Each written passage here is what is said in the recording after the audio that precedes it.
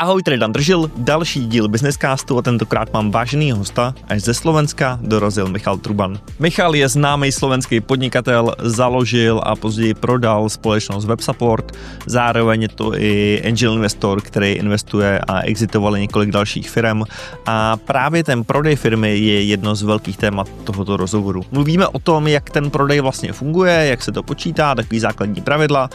Ten fakt je, že většina lidí firmu prodává jenom jednou, takže myslím si, že ty informace, které Michal sděluje, může být pro spoustu lidí velmi přínosný.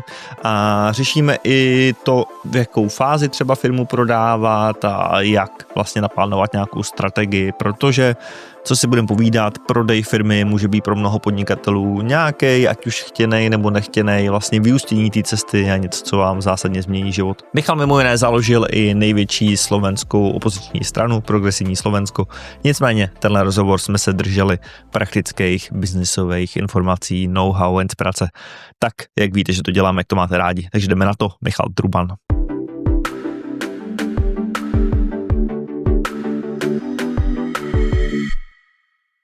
Michale, vítej v Businesscastu, ahoj. Ahoj, ďakujem veľmi pekne za pozvanie.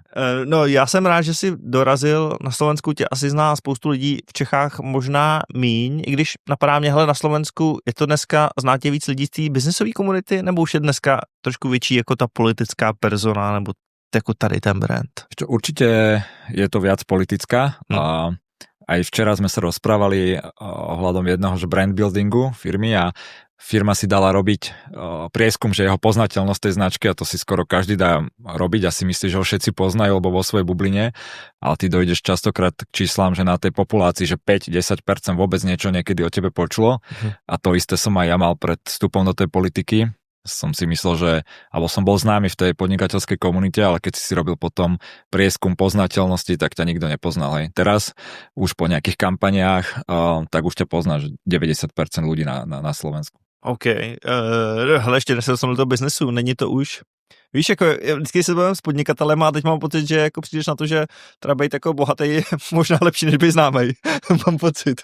Jestli tam už není ta odvrácená strana toho. Určite, tak ja som išiel do politiky s tým, že takáto vec tam bude. A neviem, veď aj teraz sme v Prahe, to je druhé najväčšie slovenské mesto. A tiež tu Starba Darofu ma tu ľudia zastavovali a v bare, keď sme boli večer, ďalší sa zastavili. Čiže to sú takto v tej osobnej interakcii častokrát je to veľmi pozitívne. Málo kedy sa ti stane, že nejaký negatívny volič alebo niekto ťa príde niečo nadávať. Skôr opačne, že držíme palce a veľmi je to skôr povzbudzujúce.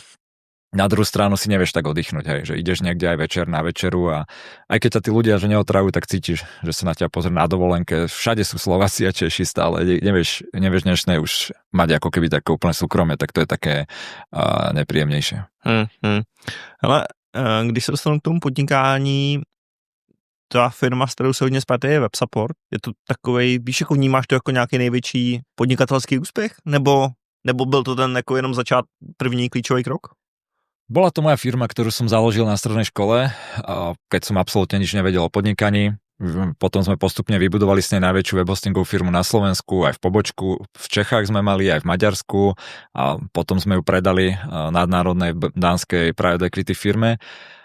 A je to naozaj, že aj ja tým, že som o tom napísal aj celkom úspešnú knihu na Slovensku, tak je to taký známy príbeh. Aj pre mňa je to asi zatiaľ také, že najväčšie, čo ja som konkrétne vybudoval.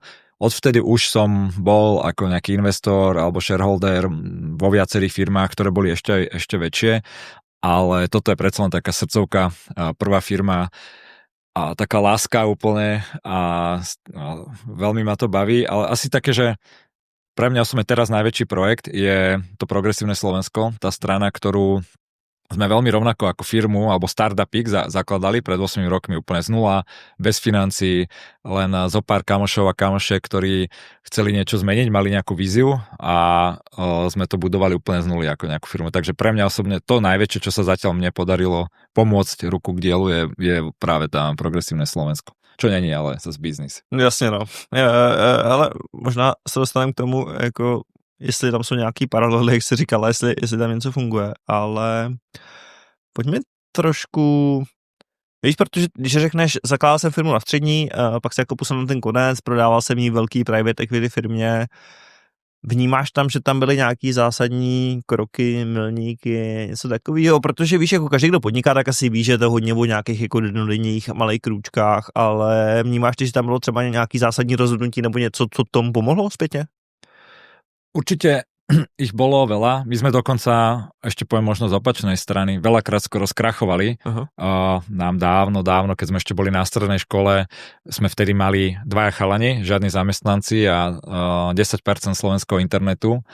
A vtedy dobehli, lebo vtedy sa hackol Národný bezpečnostný úrad a tí, čo to hackli, mali na našom hostingu akože stránky nejaké a tí policajti, čo vtedy boli, asi tomu úplne nerozumeli, tak prišli normálne do serverovne a zobrali všetky servery.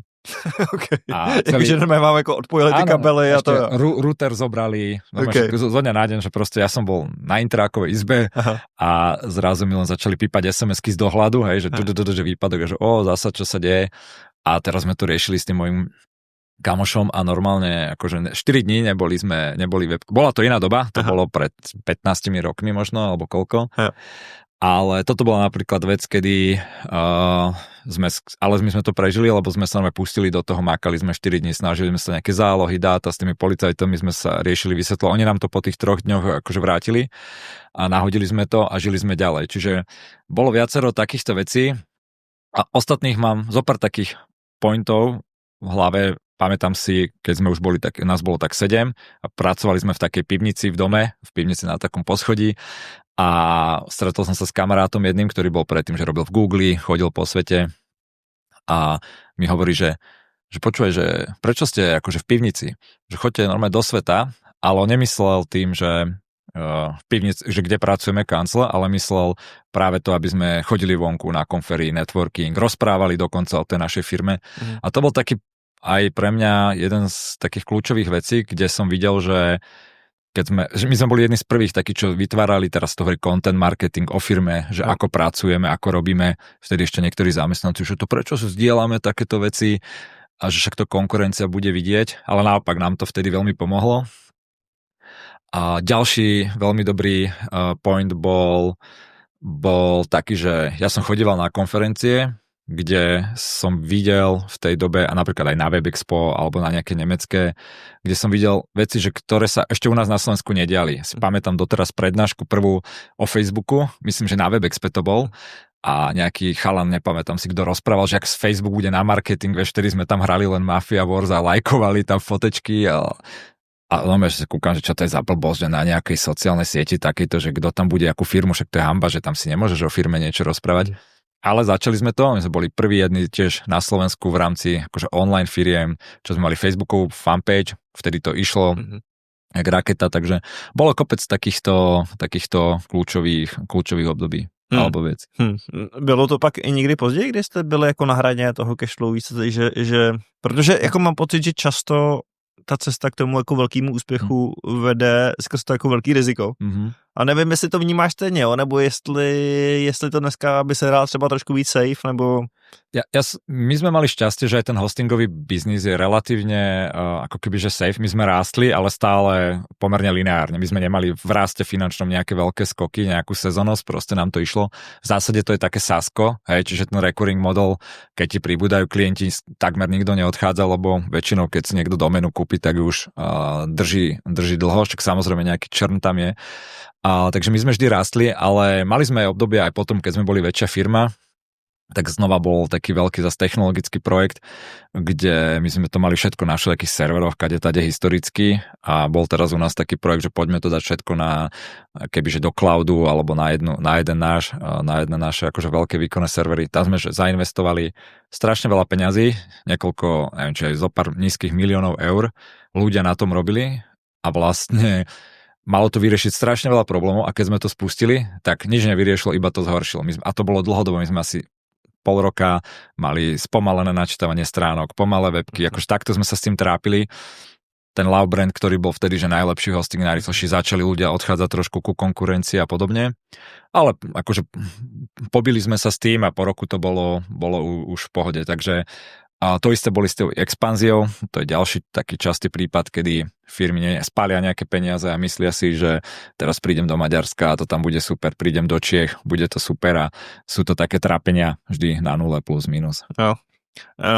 Vám se tu expanzi podařilo teda rozlousknout časem, nebo jste to vlastně, bylo to hlavně do Slovensko stále? Podarilo sa, ale to, čo znova v hostingovom svete platí, on už bol plný trh a vlastne ty, keď prídeš do nejakej krajiny, tak tam sa veľmi málo ľudia migrujú medzi tými službami, lebo tie transakčné náklady sú veľké, že on musí nejakému programátorovi, ten majiteľ niečo a nikomu sa to nechce poriadne. No čiže ty, keď prídeš na takýto plný trh, tak v zásade, keď chceš tam byť rovno veľký, to neurobíš žiadnou kampaňou, musíš kúpiť nejakého iného hráča, tak po nejakom poučení našom ročnom, keď sme zistili, že to tam nejakým supermarketingom úplne rozbijeme, tak sme tam poskupovali nejaké menšie firmy a už to ekonomicky dávalo zmysel.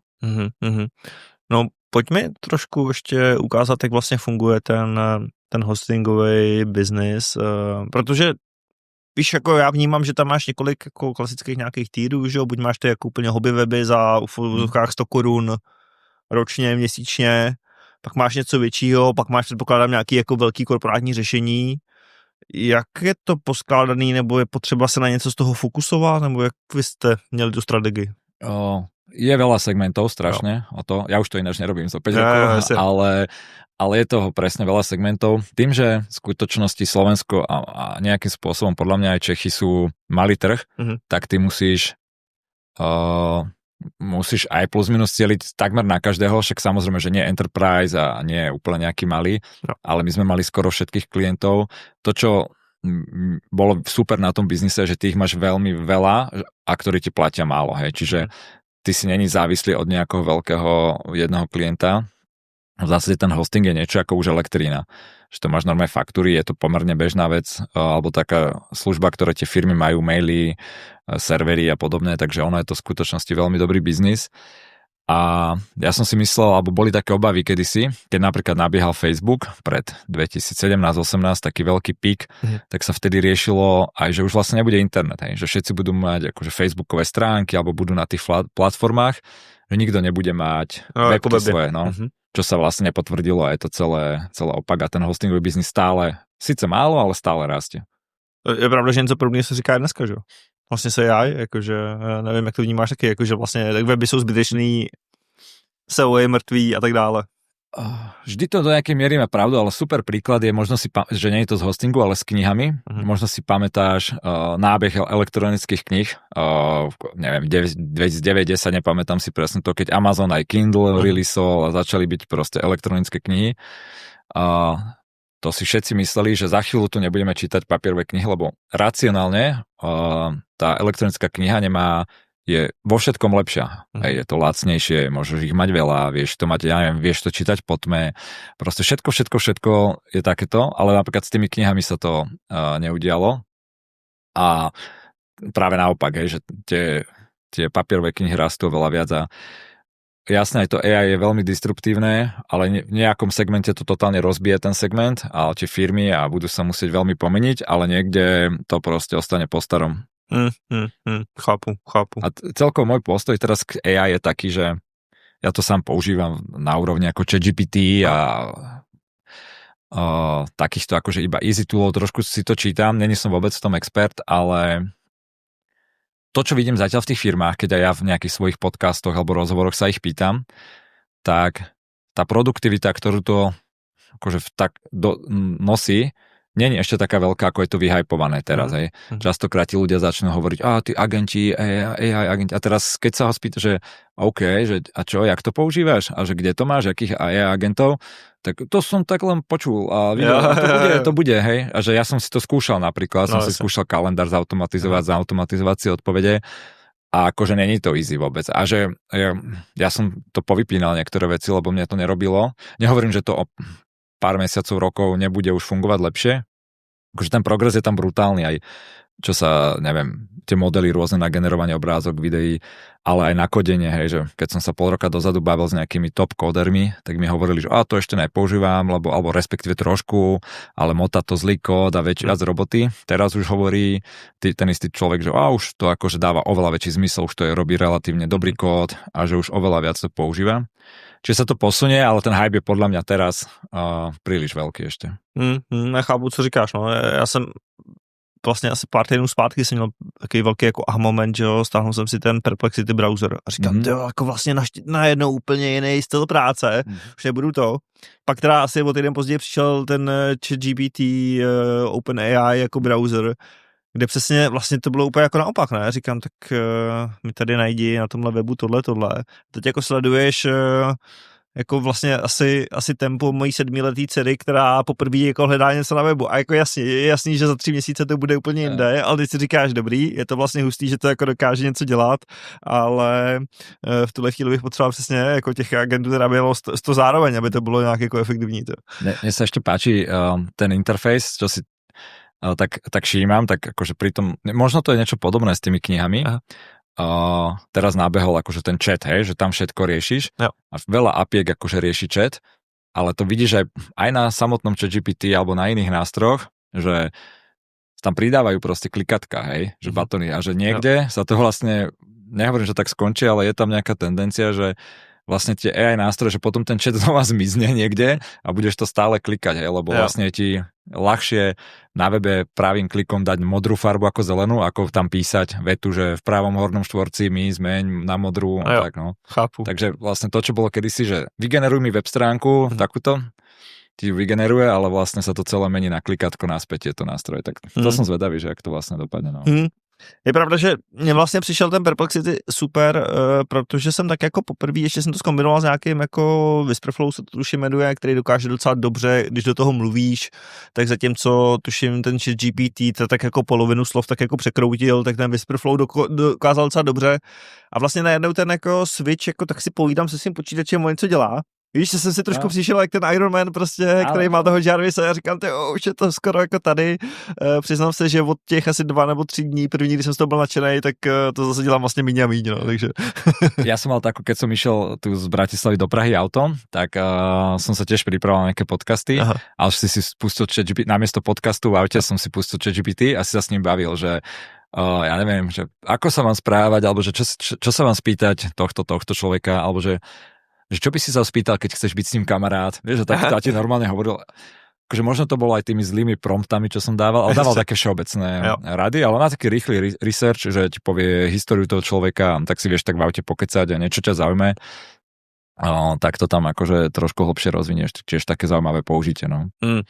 Ještě se tě zeptám možná, proč ten webhosting? Mělo to tenkrát nějaký sofistikovaný plán, nebo víš? Protože chápu, jsi na střední, teď jako člověk chce podnikat, kouká na těch milion věcí a milion směrů, do kterých se může pustit. Ešte my sme boli akože takí programátorkovia, hackerkovia, na Linuxe sme sa hrali a mali sme aj taký svoj komunitku a serverík. A v zásade ja som chcel takú web stránku si regnúť, vytvoriť doménu, teda naprogramoval som si web stránku, to bolo Blackhole vtedy a bolo to, že blackhole.host.sk a chcel si tú doménu prvej úrovne, tak som to nevedel, čo to vlastne je. Som mal vtedy 17 alebo neviem koľko, tak som googlil, nebol ani Google, ale som to našiel. A teraz v takej firme, že to oni to registrujú, tak som im napísal a že 700 korún to vtedy stálo, tá domena. A ja som otcovi hovoril, že potreboval by som akože 700 korún na tú doménu. A on vtedy, však to bolo veľa peňazí a vtedy niečo už hovoril. A ja som si, dobre, že nedal mi ich hneď, tak som si sadol ako keby na internet a som zistil, že to je zadarmo vlastne. Len ty, že to normálne, že formulár si sám vyklikaš a je zadarmo, v tej dobe bola zadarmo. A vlastne tá firma zarábala na tom, že tí ľudia nevedeli vyklikať úplne jednoduchý formulár. Tak takto sme to začali robiť, sme zistili, že potrebujeme pre kamošov ten server našiel, aby si tam niečo kodili, nejaké registrácie domény a potom som vlastne zistil, že však to je takýto trh. Tak som prišiel s takou inováciou, že neobmedzený hosting, vtedy boli všetko obmedzené, že 10 mega iba, alebo 15 mega si mohol mať na webe, však neboli ani rýchle internety. A ja som si vtedy tak povedal, že však sú není rýchle internety, tam nikto nič nevie poriadne nahrať. Veľa. Na čo to limitujete tie balíky? Tak sme spravili jeden, že neobmedzený, iba hosting sme mali normálne neobmedzené.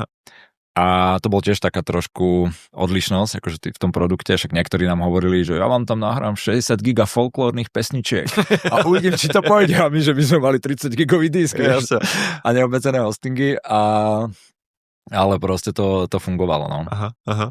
Hento ďalší taký, že dobrá vlastnosť takéhoto biznis modelu a ich viacero je, že ty keď dáš neobmedzený, však to sú jak all you can eat, taký podobný princíp, že tam ti prídu ľudia, ktorí si to zaplatia celé, ale maličko z toho využijú. Potom je tam zopár ľudí, ktorí to prekračujú a žmýkajú, čo to dá, ale dokopy je to celé profitabilné. A toto bolo vlastne v tom unlimited hostingu, ktorý už teraz je zrušený. No. Už majú všetci poriadne internety.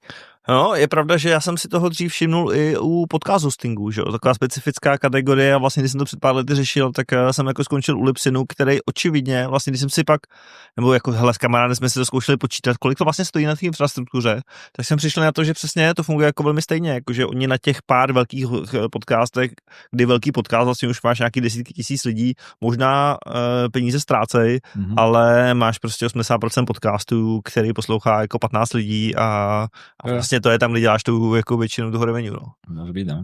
No, jak vůbec máš jako přehled, nebo jak to bylo u vás, jak je tenhle biznes jako maržový, víš, protože já jak vlastně vůbec nerozumím tomu železu, jak si říkám, tak na začátek musíš dát jako hrozně peněz do toho hostingu a pak já vlastně nevím, kolik to stojí, protože často ty částky jsou přesně tak malý, jako u těch malých webů, že to je mimo nějakou rozlišovací schopnost. Ten biznis dokopy, celý tak, že hostingová firma vie mať rôzne EBITDA, maržovosti, keď to zoberiem celé. Strašne záleží, ako to robíš, ako máš cieľku. Sú hostingy, ktoré idú iba, že nemáme support, všetko, ideš trošku po cene a potom sú hostingy, jak my sme sa snažili, že dávaš veľkú pridanú hodnotu, mal si support kvalitný, pomaly si programoval webky a pomáhal nejaké bugy tým ľuďom tam riešiť, ale v zásade boli obdobia, keď sme mali len 10% zisku, čo bolo zle vedené, ale v kľude sa vieš okolo 30% EBITDA normálne. Tak v takomto biznisiku dostať. Sú aj také, že videl som firmy, ktoré mali že 49 alebo tak, hej, že, ktoré išli tak, že úplne, no, že žiaden support, nič a fungovali. OK. Byly tam nějaký, víš, jako manažerský rady, kde je třeba ta optimální velikost, nebo jako platí tam, že čím větší, tím lepší tady v tom biznise? Hosting? No jasne. No. Máš tam určite také, však jak vždy také skoky, kde to musíš preinvestovať. No. Napríklad v malom to bolo vždy okolo, si pamätám, že keď si mal že do nejakej tisícky vtedy klientov, tak to bolo také, že to si vedel na nejakom serveriku jednom si to akože riešiť, ale potom si musel zainvestovať nejakú čiastku do niečoho väčšieho a musel si vedieť skákať a veľa firiem tam akože pri týchto skokoch a to nedokázala vyškálovať alebo prejsť týmto krokom a ostali jak také maličké firmy alebo potom to predali. Je pravda, že ono to i bylo docela rozdrobený, že já jsem znal spoustu lidí, kteří nějaký jako mini hostingy měli nebo na tom začínali na tom business modelu. Jo, veľa, že to sa ti stane potom, veľa ich aj tak vlastne skrachovalo, takže ten server máš jeden a ti to vlastne spadlo, alebo si to neobnovil, tak radšej to akože zavreli a zmizli, ale tak to bolo pár stovák klientov. Jasne. A áno, že jak každý biznis, že nie všetci sa stanú veľkými, musíš tam vedieť aj tú technologickú časť škálovať, ale aj tú biznisovú, ten marketing a ten rast, takže však nie je to tiež ľahké. Ja by som to už, teraz je už strašne veľa hráčov a vlastne celý ten market už je skonsolidovaný, alebo sa konsoliduje. Ešte prebiehajú však posledné nejaké obrovské akvizície, ale viac menej už všetci veľkí hráči sú ponakupovaní a popredávaní v nejakých veľkých skupinách aj po Európe. Kolik jste měli lidí, když jste to prodával, nebo když jste to prodávali? Okolo nějakých 50, 60. Takže to ještě se dá uřídit selským rozumem? Nebo už se jako jel do hodně business teorii a nachytřování, konzultanty a tak dále? Takto, že konzultantov sme mali takých skôr, ani by som nepovedal, že firemných, ale akože vzdelávací, že na, neviem, programátorské týmy, na nás manažment. Ja som veľa školení absolvoval, čítal som veľa kníh, to je podľa mňa taká nutná podmienka na to, aby ti tá firma rastla. Chodil som na strašne veľa konfier a podobne. Potom mi veľmi pomohli konzultanti, keď taký nemecký, keď akože spoznanie toho trhu celého, že ako je ten hosting vlastne, aké sú presne maržovosti, aké sú stratégie, v akých krajinách je to obsadené, akí sú tam silní hráči. To bolo tiež jeden z takých okamihov, kedy som vlastne pochopil, že však to je normálne nejaký druh hry, ktorá má svoje pravidlá a svojich hráčov a to sa len dozvieš a zrazu si 10-krát ako keby vieš oveľa lepšie urobiť stratégiu, či na nejaký predaj, alebo na nejakú ďalšiu rozvoj, lebo už netápeš, ale vieš, ako sú rozdané kocky. A prodej byl vždycky nějaký ten finální cíl, nebo víš, jako protože přijde mi, že prodej se furt bere jako takový ten svatý grál toho podnikání často. Na druhou stranu v poslední době občas slýcháme hlasy takový to, jako pokud máš vlastně hezký ziskový biznis, tak proč bys to prodával, co budeš dělat jinýho, stejně co s těma penězma jako budeš dělat a i takovýhle hlasy. Takže mě zajímá, jak to měl ty. Ja som to nemal vždy, že ten predaj bol biznis, teda akože nejaký konečný cieľ, ale toto je presne tak vec, že to si musí každý sám vedieť spraviť. Čak ja čo mám napríklad, ja som robil takú tiež konzultácie po tom mojom predaji, ja som si ich nazval také bezcyklenia, čo je teraz z toho komunita, kde ja som to nazval bezcyklenia, lebo som videl, že jeden z najväčších problémov tých founderov je to, že nevedia toto si urobiť vlastne, čo oni chcú tou firmou, hej, že niekto mal nejakú firmu dobrú ziskovú, ale strašne sa motal, že ju chcel nejako predať, lebo číta články o startupoch a investíciách a veľkých exitoch a je z toho nejaký rozrušený, ale pritom nemá v sebe poriadne zvedomené a premyslené, že čo chce robiť. My sme to potom predali, lebo ja už som mal nejaký aj ďalší plán trošku vo svojom živote, tú politiku a podobne. Plus sme dostali perfektnú ponuku. Ja napríklad aj radím firmám pri predajoch firiem, tým, že ja som tu sám predal, my sme nemali žiadnych konzultantov na tento predaj, plus som pomáhal odvtedy predávať nejaké firmy a ja sám hovorím, že najlepšie tú firmu predáš vtedy, keď nechceš predávať. Že keď ju nechceš predať. A vlastne ty tým ako keby jednak vytvoríš sebe akože veľmi dobrú pozíciu, ale že ty ju vlastne nechceš predať vtedy, keď je to dobrá firma, hej? Že keď rastie, keď je nejaká zisková. Čiže v skutočnosti na to, aby si dobre predal firmu, je, že musíš sa vlastne venovať jej, musí byť ona akože dobrá, kvalitná firma, potom máš veľmi veľa záujemcov o ňu, sám ju akože nechceš predať a potom sa vieš dostať do ponuky, ktorá ako keby, že nedáva ti zmysel, keď si to prepočítaš na svoje zisky. Hej? Že vlastne väčšina ponúk, keď sa niekto zamyslí, sme veľa ponúk celú históriu dostávali na predaj, ale my sme si sadli s našim CFO, spravil si tabuľku, že však pozri, ja mám, že za 3 roky naspäť, za 5 rokov naspäť v tejto firme a ešte mám hodnotu celej tej firmy k tomu, že mne to nedáva zmysel. No ale postupne my sme vytvorili si takú pozíciu a tá firma bola taká kvalitná, že sa o ňu bili tie firmy a to je moja obľúbená storka, že sme boli teda prišli tá dánska private equity a dali nám nejakú akože cenu a na druhý deň mala prísť ďalšia iná firma, CEO tej ďalšej firmy veľkej a to bol štvrtok, piatok a ja som týmto hovoril, že pozrite sa, však dajte cenu, povedzte, zajtra príde tento, cez víkend si rozmyslíme a v pondelok vám povieme, že komu to predávame a či vôbec. A oni povedali, že povedzte si sumu, za ktorú ten zajtra nemusí prísť.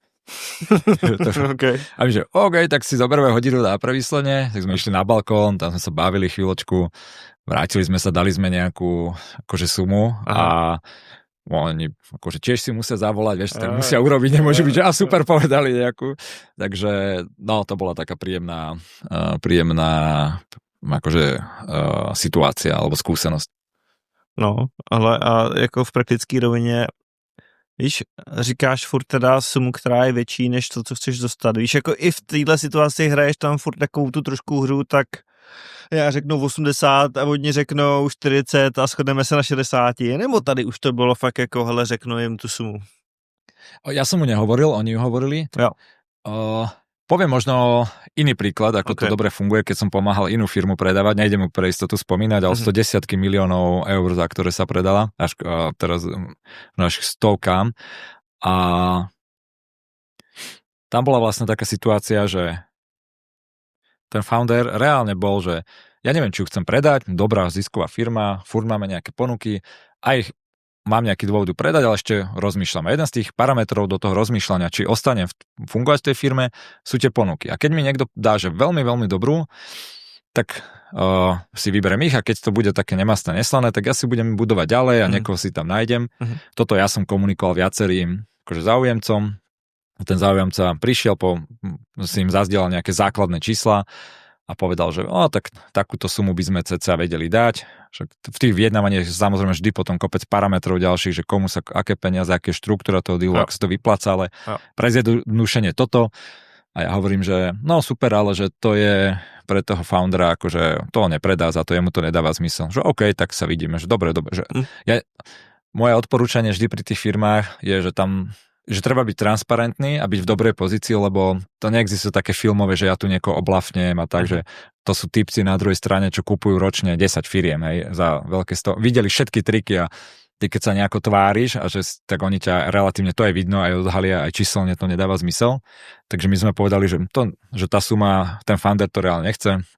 Postupne prišiel jeho nadriadený, ktorý prišiel s ešte väčšou sumou. Som povedal, tiež to nedáva ako keby zmysel, a potom prišiel šéf celej grupy s ešte väčšou sumou a to už bolo také, že OK, tak toto už sa pobavíme ďalej. Hej, že to už cca nám dáva a potom samozrejme to bolo ešte x týždňov vyjednávania, ale že si sa trafil na tejto ako keby, že cca sume. A ona bola fakt nadstrelená, nad trh, nad to celé, ale tá firma bola taká dobrá, im to dávalo zmysel ju kúpiť, aj keď matematicky si akože tie návratnosti v tej dobe ti to, akože každý CFO by ti povedal, že je to veľmi, veľmi riskantné kúpiť niečo také, že sa ti to nemusí vrátiť.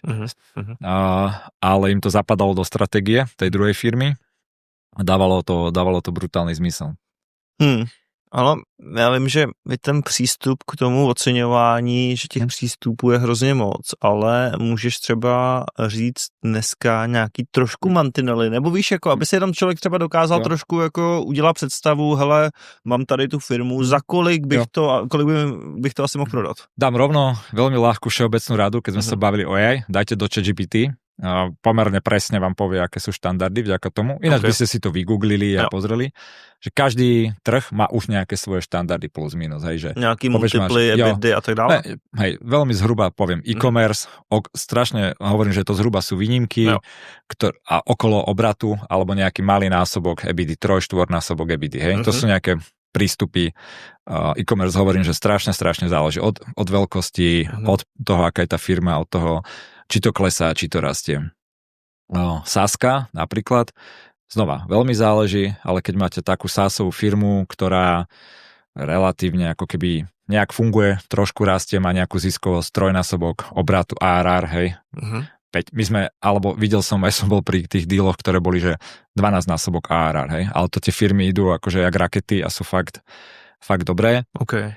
V zásade, čo je vždy nech je to akékoľvek industry, treba vedieť, že tí ľudia na druhej strane na tom chcú nejako zarobiť a to nemyslím nejako zle a v zásade to, čo najviac ovplyvňuje valuáciu tej firmy je v podstate rast a ziskovosť. Hej. Tak na konci dňa oni ti budú hovoriť násobky obratu, všelijaké discounted cash flow veci, ale v zásade je to úplne simple tabulečka, kde si oni prepočítajú, že OK, táto firma, keď bude nejaká rásť, my dáme teraz peniaze, kedy ich máme naspäť a koľko môžeme zarobiť. Toto sa teraz bavím hlavne o nejakom takom ako kebyže kvázi private equity prístupe, keď už tak skupuješ hotové firmy.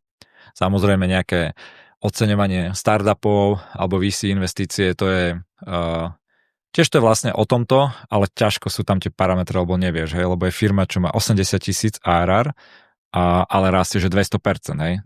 Tak teraz sa bavíš, bude ten rast 200% pokračovať 3-4 roky? Nebude, ja neviem, hej, alebo to o rok teraz akože klesne, to už je také viac rizikové, ale v zásade malí strední podnikatelia, parametre, čo ovplyvňujú tú cenu, hodnotu tej firmy, je proste veľkosť obratu, jeho rast a zisk a rast tej firmy. No ale radíš třeba, víš, zajímá mě, jestli tam jsou nějaký hranice, jestli třeba někdo lidem radí, že tomu někdo přijde a říká, hele, jako vlastně přemýšlím, že bych to chtěl prodat a ty mu řekni, hele, tak ty chceš, nevím, na 100 000 eurech obrat, jako počkej, až budeš na 500, protože pak ty multiply se třeba zvětší, víš, jako asi tady jsou i takovýhle věci, kdy jako hodně musíš řešit, je tohle dobrý moment, nebo bude lepší moment za 3 roky. Ja som to spravil tak, čo je tiež veľmi dobrý trik pre predaj, keď v tej firme už nie sú tí majiteľia, to rošilinku ukazuje tým kupcom, že tá firma vie fungovať bez majiteľa. Jaký sú tie nejčastější důvody toho prodeje? Myslíš, že to je to, že vlastně jo, prostě dáš tomu tu svojí období a máš chuť se posunout? Videl som aj také, že jasne, poďme kúpiť pivovár. Hej, super, že starý pán, čo má pivovár, to nechce, dáme tam nové, budeme nejaké kraftové. Trápia sa jak blázni. Hej, jo. že... Ale je běžný, že ty firmy chtějí kúpať 100%? Podľa mňa nutná podmienka je to, že keď to ty chceš manažovať aktívne, že to ťa musí proste baviť, hej. Ale častokrát sa stanú prípady, že si to pokazí, hej. Moja rada je väčšinou sa snažiť vykešovať čo najviac hneď. Veľmi ma baví aj cudzým podnikateľom akože radiť, aj napríklad s tebou teraz v tomto podcaste sa baviť o podnikaní. Normálne ma to hneď akože naspídovalo. Že... Tohle je konec volné části rozhovoru s Michalem. Pokud chcete tu druhou půlku, stejně jako všechny další rozhovory za už myslím, že více než 2 roky historie Businesscastu, tak se připojte ke komunitě na businesscast.cz nebo Patreon, Forenders nebo Hero, cokoliv z toho preferujete, všude najdete Businesscast a můžete se vlastně dostat k tomu, abych vám mohl posílat další informace. Nově, krom vlastně té druhé části podcastu, posílám i takový akční shrnutí, lekce a věci, které byste si z každé epizody měli zapamatovat, aby vlastně to nebyla nějaká inspirace, ale aby to bylo opravdu praktický know-how, který použijete. Zároveň hostu podcastu posílám nový jaký dotazník, kde oni sdílí ještě další věci, kterým nejvíc pomohly, knížky, tipy na podcasty a tak dále. Chtěl bych začít i dělat zase více fyzických setkání, takže to všechno dostanete v rámci Businesscastu. Myslím si, že nejlepší investice, kterou do svého podnikání můžete udělat, nebo s největší návratností. Dejte mi vědět, co si to myslíte, dejte mi vědět, jaký další témata byste v Businesscastu chtěli, ať tomu trošku přizpůsobím třeba ten program dalších epizod. A to je ode mě dneska všechno. Díky moc, doufám, že si dáte i tu druhou půlku rozhovoru s Michalem, protože to za to stojí a zase u dalšího rozhovoru se uvidíme. Ahoj.